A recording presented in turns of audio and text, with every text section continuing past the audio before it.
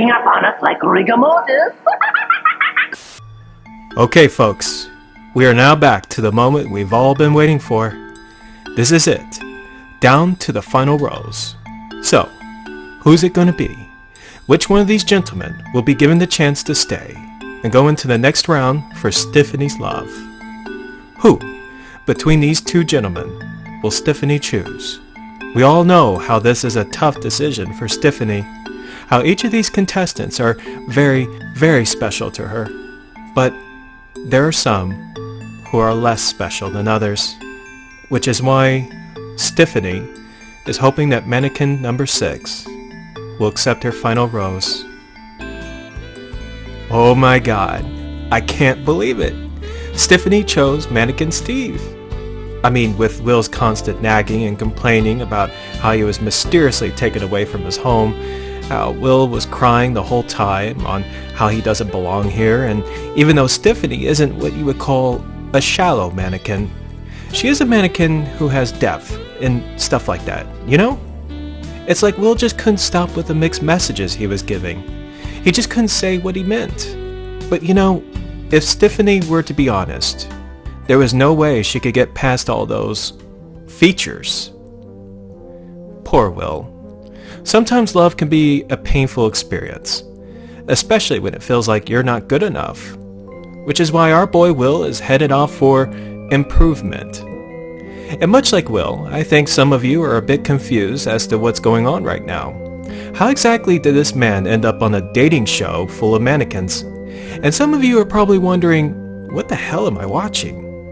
But I guess we're going to find that out later, seeing how Will here isn't willing to make the effort for the needed adjustments for your entertainment. Looks like our dancing monkey doesn't want to be compliant, which is why Will didn't hesitate making his escape when seeing the exit. When you need him.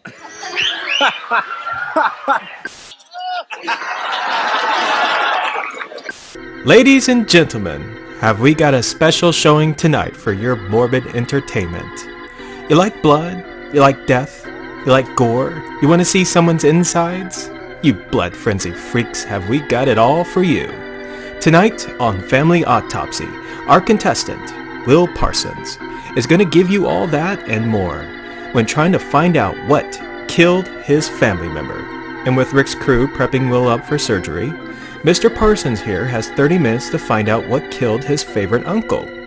That's right, Will. Uncle Bob is dead, and everyone wants to know what killed him. Even though you've talked to him yesterday, we all know how you both were supposed to have dinner at your mom's house today. But seeing how you're not the compliant type for the audience, well, you're just gonna have to play along. Rick couldn't stress hard enough. Will Parsons, you have no other option but to take that scalpel and go over to that body and cut into that filthy carcass and show everyone Uncle Bob's intestines and find out what killed your favorite uncle. Everyone wants to see someone's insides, Will. Best not let the audience down. Now, get over there and open up that uncle. So what was it? What do you think killed Uncle Bob? Was it smoking? Bad music in his blood? Listening to that Rock All the Time song? Or maybe it was them rainbow sprinkles? Time to find out, Will. Go on. Time's a-ticking. Stop being such a wimp and slice into that body. Everyone's just waiting to see someone's insides spill onto the floor. Unfortunately, folks, I guess Will Parsons doesn't have the spine to tear into his uncle. Instead, he prefers making another exit. Without a hitch today as a local escape artist allowed a train to roll over him. Dead giveaway with host Wink Martin. 4 chefs, 3 courses, and only 1 chance to win the challenge. The challenge is that these chefs must create something resembling a person from the person parts within their mystery basket. That's right, Will Parsons. You have the opportunity to achieve your dream. You are now a chef. Isn't that what you always wanted to be? Do you, Will Parsons, have what it takes to win this challenge? We will find out.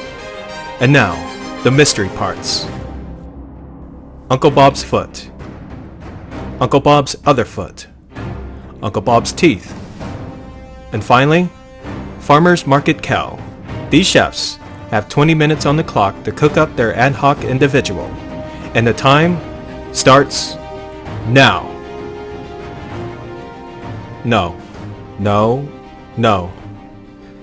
Will has no idea what's going on or why this is happening to him, but he's not doing this. He doesn't know what this is, but he will not have any part of these sick games. What this is a nightmare, and Will's done with it, which is why he's getting out of here. Exit, stage left. I'm sorry folks, it looks like it's sayonara for Will Parsons.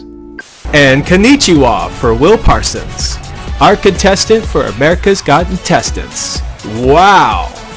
You know, Rick has seen some intestines, but my god, even Rick finds Will's insides revolting and disgusting. Rick, however, rubbish. He'd seen better, like Uncle Bob's. But you know, Will, Rick has been doing this for a very long time. And well, he's got to say, that has got to be the worst intestines he'd ever seen. That's right, Will. Worst intestines to ever be spilt on stage. Oh, look at Will. How he's tried running away, tried fleeing from the inevitable, and even have the foolish idea that he is in control, only to find himself standing before a live audience, giving everyone what they wanted, with all his filthy insides spilt out. Oh, Will, you poor, miserable waste of human flesh. It looks like the vote is unanimous. It looks like you're being X'd out by the Ricks. It's too bad that Will wasn't willing to give the audience what they wanted.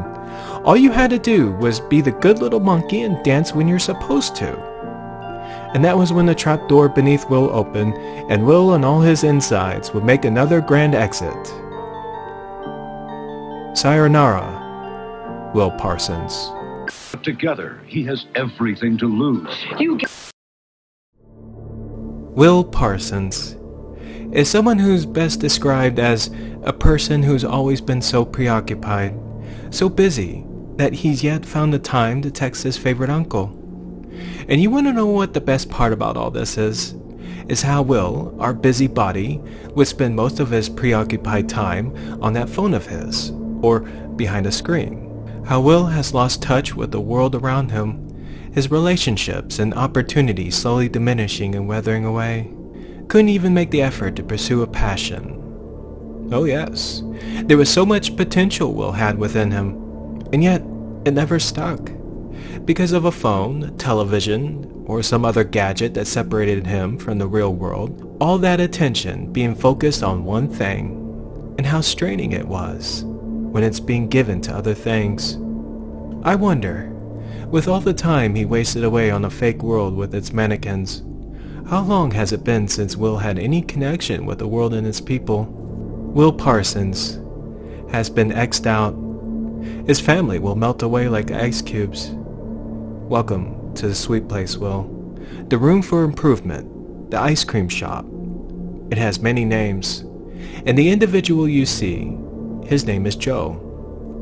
He too has a family. Joe's a father now, has a child along the way. But his wife isn't missing him.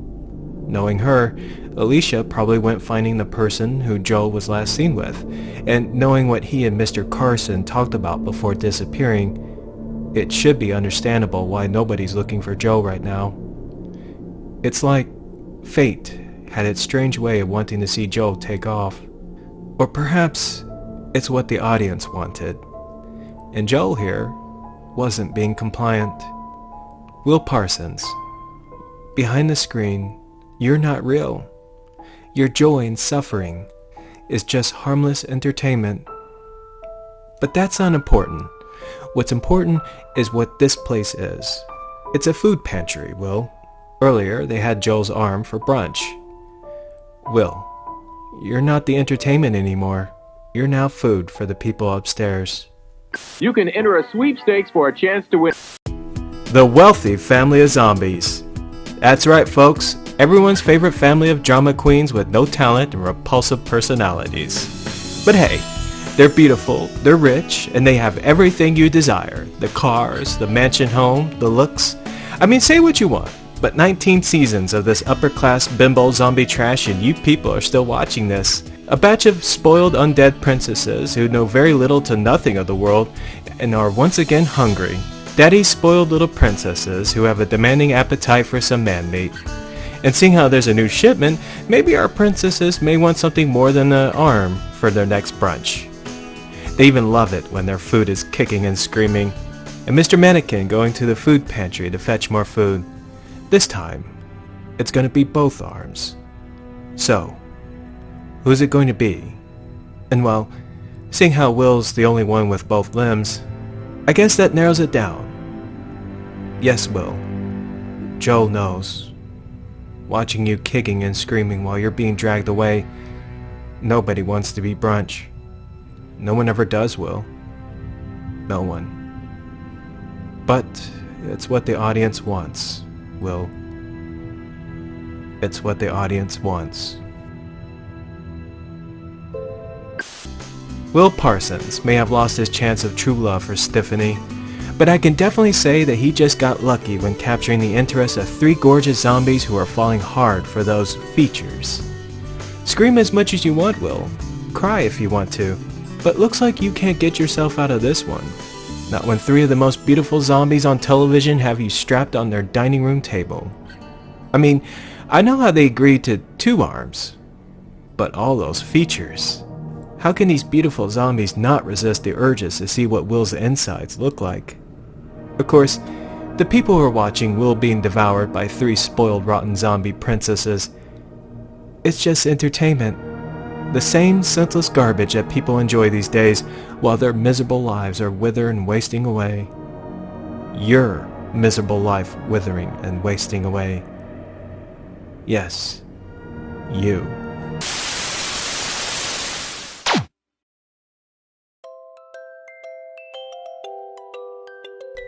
I think by now, we've kind of figured out what's been going on here. Most people haven't noticed it yet. Most see it as just harmless entertainment. And there are the few who can see the evil. What you're now seeing is a quiet, peaceful neighborhood with a musical tune in the air. A beautiful day being blessed with the delicious treats from an ice cream truck. And the little children who are being given a scoop or 2 of delicious ice cream from a man with a heartwarming smile. And yet, nobody had ever bothered questioning the stranger in a 50s style ice cream outfit, giving away ice cream with a smile on his face. Free of charge. One man who suddenly made it okay to take things from a stranger. But how can one say no to a free scoop of ice cream? What kind of devil wears white and be so charming? There's an evil here, my friends. Either a devil or the devil himself who's been preying on innocent lives, relishing on the suffering and misery of people, including yours. Yes, you. And this evil is getting stronger. And there's one who's been seeing this. He knows what's happening to these people, and can't believe that Ricardo is still at this shit. Yes, this man, Gabriel, and Rick go way back, and Gabriel does not like what's happening. Nope, doesn't like it at all. A man in black, a new sheriff in town, and it looks like he and Rick are going to be seeing each other again very soon. Looks like Rick has someone who's going to play him at his own game.